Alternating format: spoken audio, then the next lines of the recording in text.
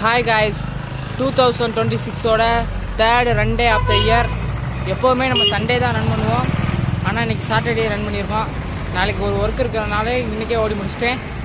அப்புறம் நேற்று என்னுடைய பிறந்த நாளுக்கு வாழ்த்து தெரிவித்த அனைத்து உறவுகளுக்கும் என்னுடைய நன்றிகள். அப்புறம் எல்லோரும் உடற்பயிற்சி செய்யுங்க. நம்ம ஒரு நாளைக்கு ஒரு மணி நேரம் உடற்பயிற்சி செஞ்சோம்னா நம்ம வாழ்நாளில் 3 மணி நேரம் அதிகமாகுமா.